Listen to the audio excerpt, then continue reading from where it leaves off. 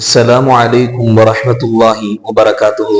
அல்லாஹு தாலாவினுடைய அளப்பெரும் கிருபையால் குர்ஆனை கொண்டே நம்முடைய உடலிற்கும் உள்ளத்திற்கும் ஆரோக்கியத்தை நாம் நமது இந்த சேனலின் மூலமாக தேடி வந்து கொண்டிருக்கின்றோம். அல்ஹம்துலில்லாஹ். அல்லாஹு தாலா இந்த சேவையை கபூல் செய்வானாக.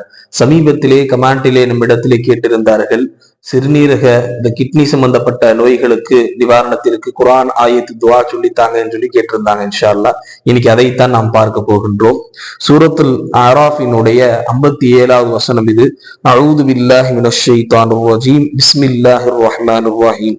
வஹுவல்லதீ யுர்சிலுர் ரியாஹ புஷ்ரம் பைன யதை ரஹ்மதி ஹத்தா இதா அகல்லத் ஸஹாபன் ஸிகாலன் சுகுனாஹு லிபலதின் மையித்தின் ஃபஅன்ஸல்னா பிஹில் மாஅ ஃபஅக்ரஜ்னா பிஹி மின் குல்லி ஸமராத் கஸாலிக நுக்ரிஜுல் மௌதா லஅல்லகும் ததக்கரும். இந்த வசனத்தை 21 தடவை முன்பில் ஸலவாத்து 3 தடவை ஓதுவது அவசியம். காலையில் எந்திரிச்ச உடனே இதை ஓதி தண்ணியில ஊதி வெறு வயிற்றுல குடிச்சிடணும். அதே மாதிரி நைட் படுக்கும் போது செய்யலாம். ஒண்ணு இப்படி செய்யலாம், இல்லாட்டி 5 வகத் ஃபர்லு தொழுது முடிச்ச உடனே இதை முன்பின் செலவாத்து 3 தடவை ஓதிட்டு 21 தடவை ஓதி தண்ணியில ஊதி குடிச்சிட்டோம்னு சொல்லி சொன்னா நமக்கு அல்லாஹு தாலா சிறுநீர் சம்பந்தப்பட்ட அதுல கல்லே இருந்தாலும் கூட அல்லாஹு தாலா அதை கரைக்கக்கூடிய அளவுக்கு ஆற்றலை இந்த ஆயத்திற்கு அல்லாஹு தாலா வைத்திருக்கின்றார். டிஸ்பிளேல எங்களுக்கு ஸ்கிரீன்ல நீங்க இந்த வசனத்தை போடுங்கன்னு சொல்லிட்டு இருந்தீங்க. இன்ஷா அல்லாஹ் இப்ப அந்த டிஸ்பிளேல உங்களுக்கு ஸ்கிரீன்ல இந்த வசனம் காட்டப்பட்டிருக்கு. அந்த வசனத்தை பார்த்து முறையா ஓதி அல்லாஹ்விடத்துல வெற்றி பெற்ற மக்களாக ஆகக்கூடிய பாக்கியத்தை அல்லாஹ் நம் அனைவருக்கும் தந்தரு பிரிவாராக.